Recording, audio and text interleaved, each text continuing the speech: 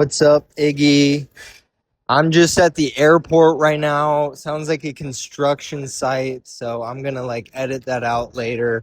Don't mind the noise, but tell me a bit about your art and why your handle is dimensional tourism. That's a very attractive handle. And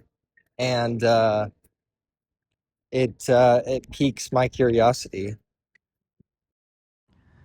Yeah, dimensional tourism, it popped into my head when I was on a walk. It could kind of see like DMT, and it associated with the character. Also, in a picture of it is like a fugitive. He's like running away, but he's like a tourist, so he's not really gonna stay in any particular dimension for too long. He's just kind of looking around for the visual appeal or something like that. And then once he's on to the next place, then that's his next goal. But it changed up a bit. Now there's a bit more like girls. Like I'm gonna post a new one with some girls. Okay. Now, you were on DMT, or it was like you were on DMT? You were out walking. This is like crazy lore, so I'm just trying to keep up. I like that. It's cool. It's evocative. Dimensional tourism. I'm an artist, so if I'm being honest, on first glance, I think of the fourth dimension, which is depicting multiple viewpoints at once. But that's just where I'm standing. But there's also the psychedelic aspect to it, which I understand. I never did the DMT when I got the username, but I had weed when I drew the character. But this one I was sober. This shows the dimensional tourist community. Look, each one is symbolic of a deadly sin. I could tell you which one, but it could be obvious from right to left. Sloth, wrath, greed, envy, pride, lust, and no, I skipped one. But yeah, each piece is alive and well. And if you see it in person and you stare at it in a certain way, you'll see how it will begin to come alive, and you can see the mind state that I was in when I created it as immersive. That's great. Yeah, it reminds me of Seven, John Doe. But I'm a big David Fincher fan. That's cool, though. I like them. There's a leprechaun looking dude. I like you got the lust thing going on. Yeah, big time. That's cool. So, would you say that your art manifests as a result of the subconscious, at times assisted by mind-altering substances? Yeah, drugs became an issue in 2024, and actually the thing is with the girl, there's the girl. She's not like a hallucination. I actually slept in the middle of the woods and did like a ritual in order to talk to a dead person.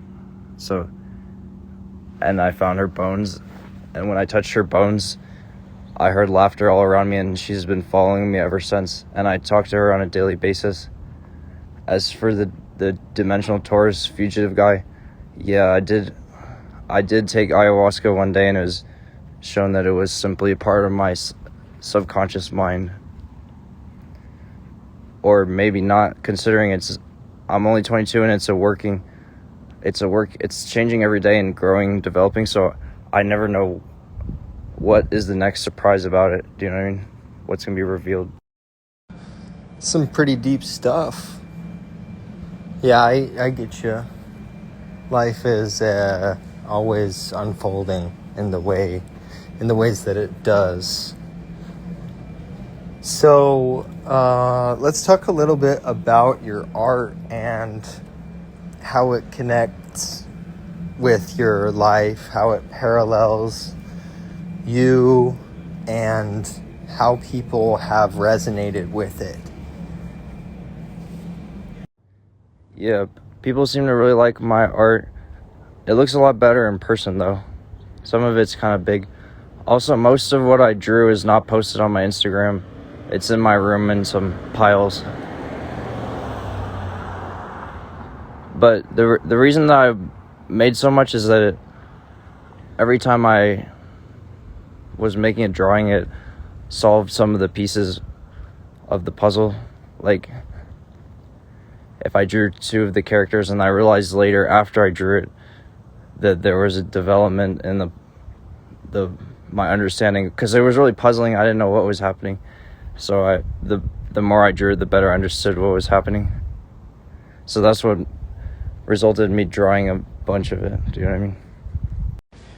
Sounds pretty intense. Do you hope to display at galleries, or sell some of these works that people haven't seen, or is it strictly a hobby for you, an outlet, something to blow off steam?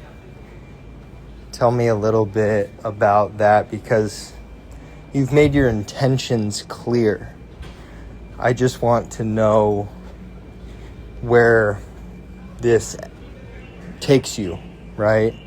The vision for the future and how it might serve you in more ways than it is for you now. Because I know artists sometimes like to hold on to their work because it has personal significance to them and sentimental value. But talk a little bit about that and where you see yourself in 1 year, 5 years, 10 years down the line. Well, I'm always looking to give it away because it's just sitting in piles. So if anyone sends me their address and stuff, I'll send them one in the mail for free. I already sent a few people some of them. But I'm pretty good in my life. My life is super easy.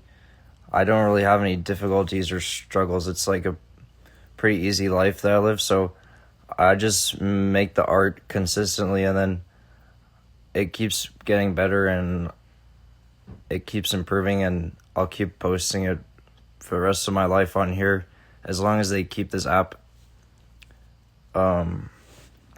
And I do some sort of jobs or something. I have like money. It's from jobs that I did. So it's my favorite thing to make the art and post it. Well, folks, Dimensional Tourism, incredible chat. I love talking with artists of all mediums, so hit me up and let's get on a podcast together. We just do it through voice memos, so even if you're slammed, because there are people that are slammed and they're like, dude, I'd love to, and I'm like, dude, you can, just send me a voice memo when you get a minute.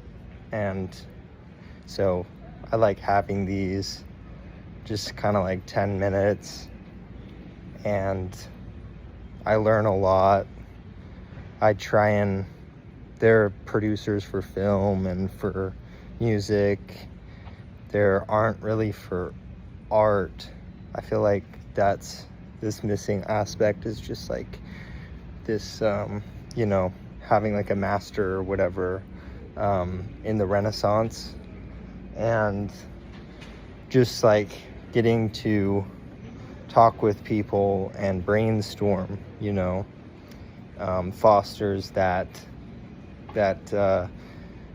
environment for growth and mastery.